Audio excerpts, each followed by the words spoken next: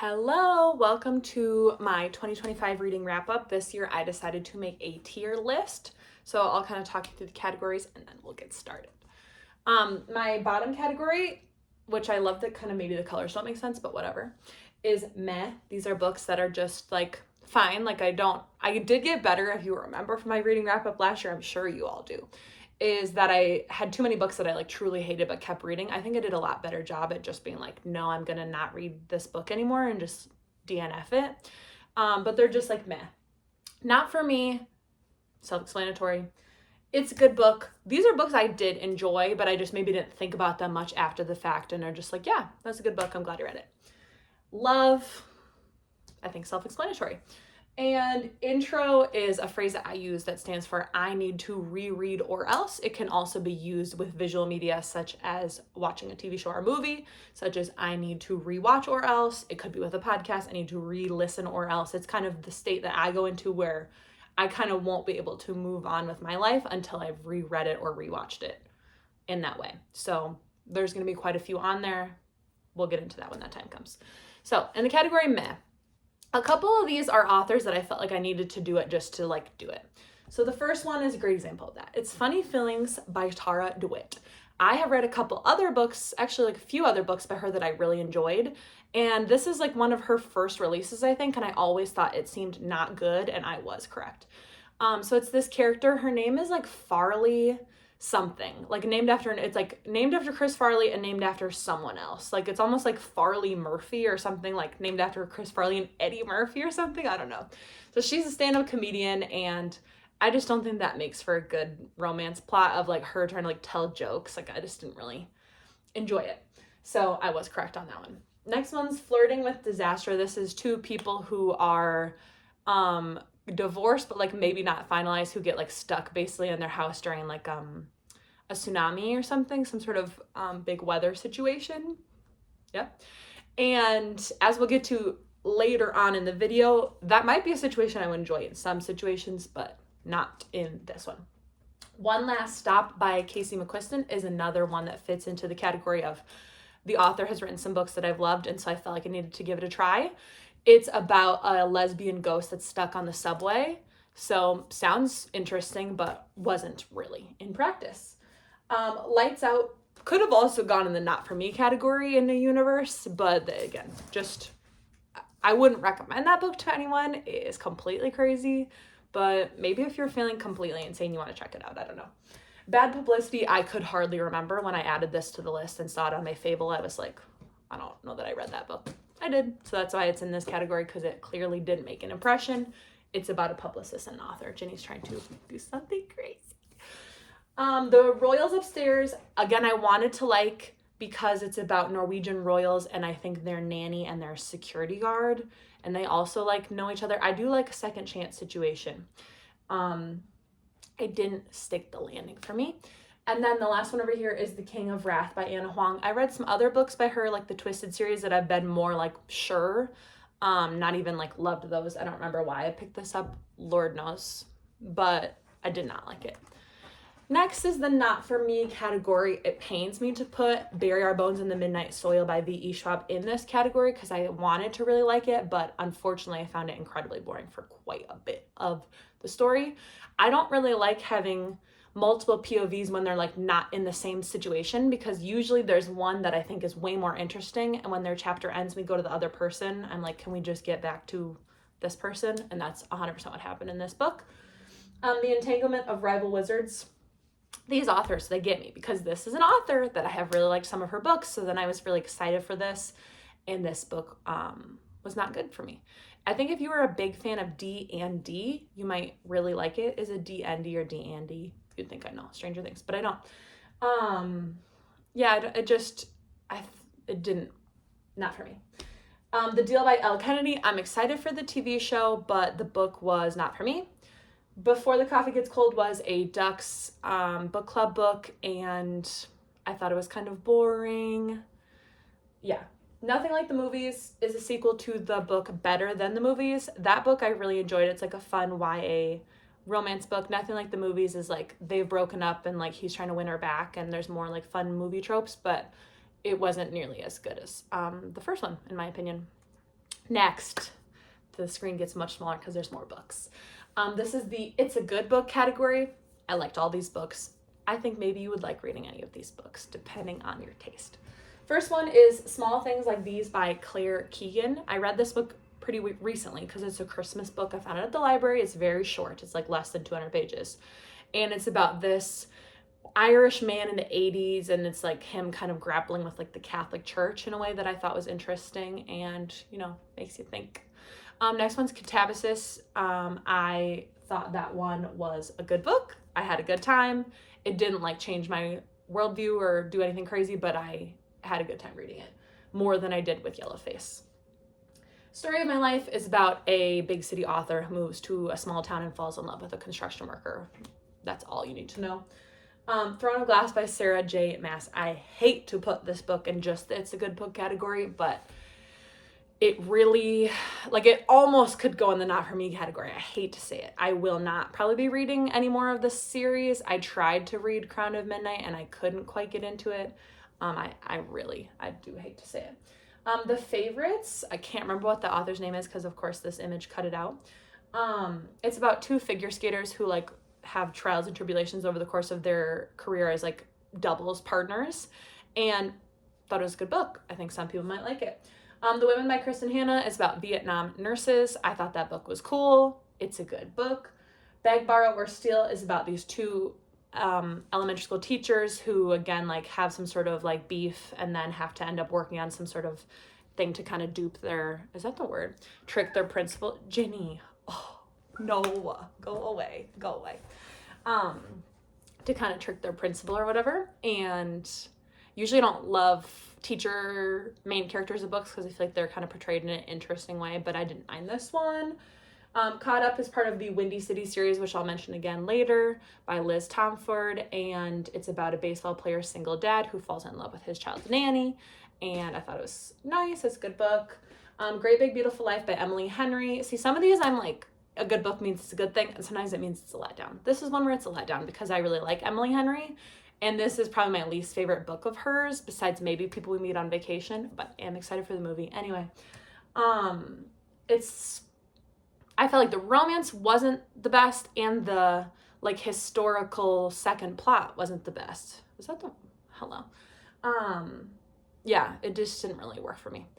Go Luck Yourself, a hilarious book about the Prince of St. Patrick's Day and the Prince of Christmas. The Prince of Christmas's name is Cole.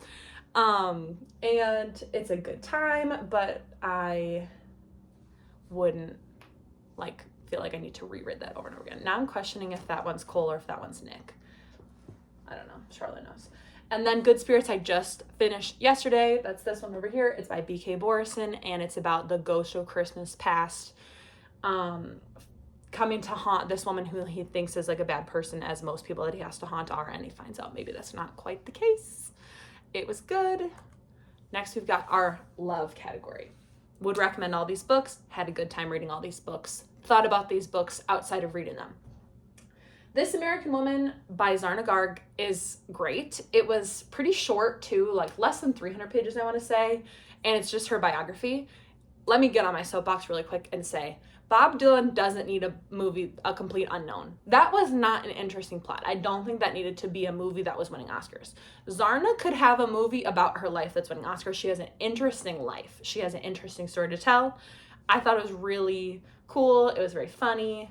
I was very invested in her life story. I thought she was super interesting. So I was happy to read that. Then I read two John Green books, The Anthropocene Reviewed and Everything is Tuberculosis. These were kind of my only nonfiction reads of the year, and I really liked them all. I love John Green. I feel like even though I'm not a huge nonfiction person, he infuses a lot of his voice into the writing and makes it interesting. Play Along is another one of the Windy City, like Chicago sports romance. I need to put this on the lap so Jean doesn't mess with it. Books, and it's about like a fake engagement, and it was fun. I had a good time. Firefly Lane by Kristen Hanna. I loved that book. That book did crazy things to me, and I stayed up until 2 a.m. when I finished it. I would definitely recommend it, but wow, I kind of wasn't expecting the ride that I went on, but it was really great. I thought it was such a good book. These two are both the Tara DeWitt books that I was talking about. That's the same author as Funny Feelings. It's Left of Forever and The Co-op. Left of Forever is like a firefighter and his ex-wife, and they have like this really sweet teenage son that they like healthily co-parent, and then they're maybe gonna like have a little bit of rekindling. And I thought it was really good and nice. The Co-op is another second chance romance where they like basically have like co-ownership of this home, and I really liked it. First Time Caller is by B.K. Borison, and it's the same author as Good Spirits, and it's a retelling of Sleepless in Seattle. I thought it was really good. I enjoyed that one a lot. And there's another book kind of in that same series coming out in February. I can't remember what it's called. And then American Rapture is the most horror I can handle in a book, and it takes place in like basically Sauk County, so that was really fun and definitely recommended. I've already made many people I know read it though. Final category, intro, will actually I think be pretty quick because a lot of these are kind of fitting in one category.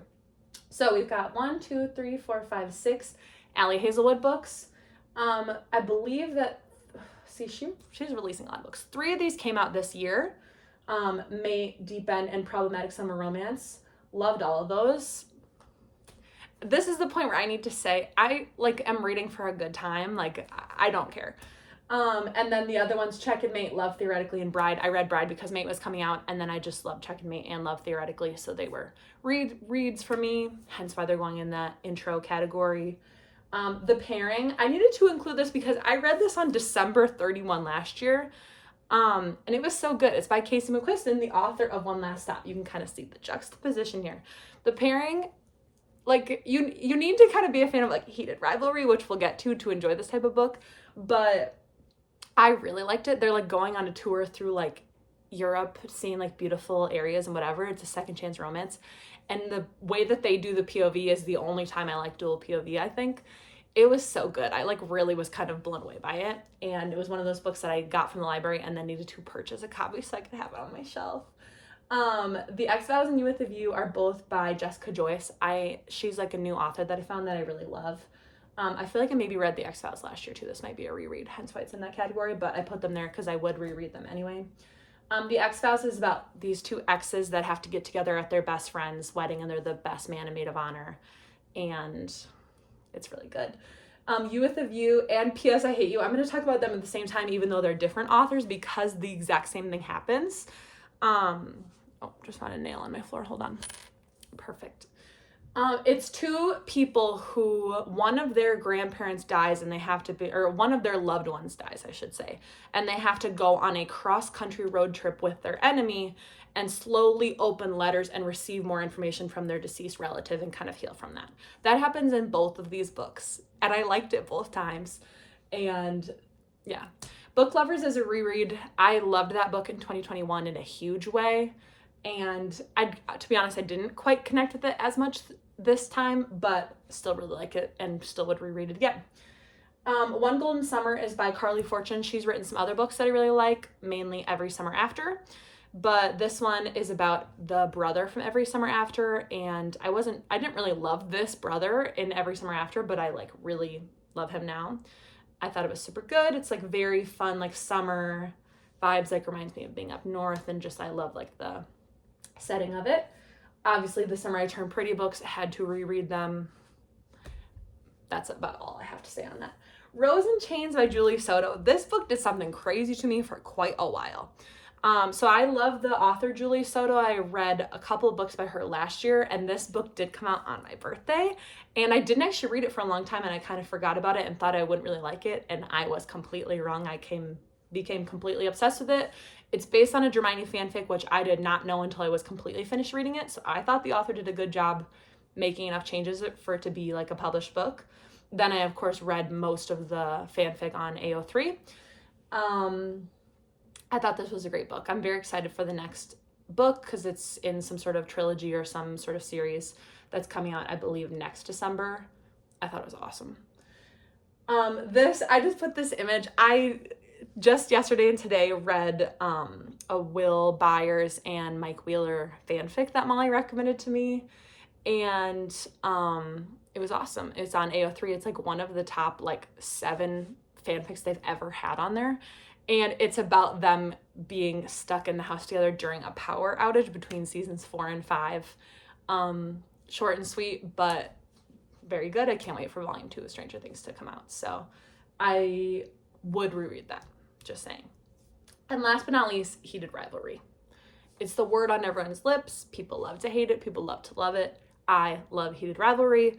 To be honest, I love the show even more. I don't know if this was just the book on its own, if I would still love it, but it's kind of a chicken of the egg thing where it's impossible to say at this point. But I would reread this book just because of how much I love the show. So anyway, thank you for tuning in and letting me ramble about these books. I hope you enjoyed. Bye.